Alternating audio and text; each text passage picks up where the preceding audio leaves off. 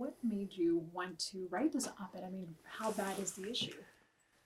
The issue is, at this point, become terrible, in that we're experiencing an uptick in gang violence, and have been for several months, and in fact, all of last year. It bothers me and it disturbs me that 60,000 people in my city are affected by this gang violence. Chief, how bad is the problem? I mean, if we talk about stats, numbers, comparing last year to, I mean, obviously we just started the year, but how bad is the situation? So it's very bad. We did experience an increase both in homicides and in aggravated assaults. And in regards to gang crime, it's something that we absolutely are not going to tolerate here in town. Let's talk about the newly formed gang task force, because we know that in the past there's already been a task force, a gang task force, but it seems like due to the issue that's now reoccurring, it's being brought back. We decided to re-up the gang task force, which had been disbanded in 2017.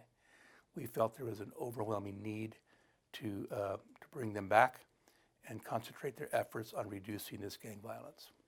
Can you break down exactly what this group will look like, what all agencies are involved, and how big is the force? So we want to make sure that our officers are focused on violent crime here in town. So what we did was we took 3 detectives and 1 sergeant. We've reassigned them from other duties inside the police department, and they're the beginnings of this gang task force. They're already conducting investigations and doing proactive patrols throughout town. We have reached out to the Yolo County Sheriff's Office. They were involved in our previous gang task force. Gang crime is transitory. It moves around and knows boundaries. Whether crime happens here in Woodland or anywhere, we want those people to be held accountable. Why do you believe that, gang violence is something that's being heard of in Woodland and not, like, let's say South Sacramento or, in other areas? Why is Woodland, why does it seem like it's festering here in Woodland as opposed to other locations? I'll just say we're not afraid to talk about it. We have the full support of our city council and the citizens here in town, and we have a push to be more transparent and open about what we are doing as a police department. And this is the major violent crime that we're facing right now. We aren't afraid to talk about that. But we're attacking it from 3 areas. We're working on prevention, intervention, and suppression. Mayor, in your op-ed, you make a plea to parents. You talk about, prevention, and you talk about parents being able to do something. It all starts at home, right? I believe a lot of this starts at home with making sure that we're taking care of our own. For example, if your son or daughter isn't getting to school, you need to find out why. Why are they not getting themselves to school? Truancy is one of the indicators of potentially being involved in gang violence, especially with our Hispanic youth. So that's where parents come into play. We know that with gang violence, Chief, it normally starts with, retaliation. Somebody gets killed, then the other gang retaliates, and it's just kind of like this constant chain. Is that what's happening here, or is there just like different gangs moving into the area? What are we looking at as far as gangs? It's not different gangs moving into the area, but there has been an increase in gang crime. Now, the reasons behind all that will all come out in court. No crime is acceptable here in Woodland, and that's what we're working on putting an end to.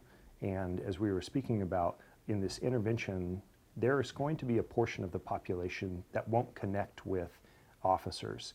They aren't going to connect through our PAL program. They aren't going to connect through Coffee with a Cop and other programs like that. That's why it's going to take a variety of approaches, and the city is going to pull out all the stops. We want to have community members intervening, we want to have the school district intervening, and then also we'll have the police department intervening as well.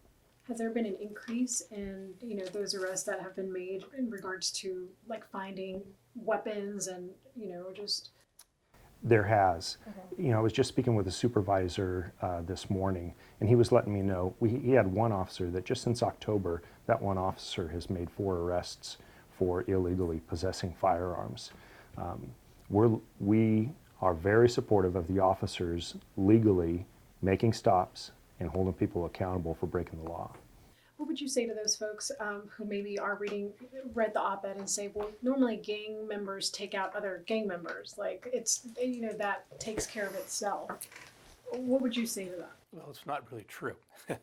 We've already had an incident where some crossfire went through a window of a 2-year-old who was in a crib, and the bullet landed about 2 feet above the crib. That's unacceptable, and we're not going to tolerate that. So it is not true. While it's simple to say that this only affects gangbangers, it does not. It affects all 60,000 of us, because no violence is acceptable at any time, at any place, against anyone.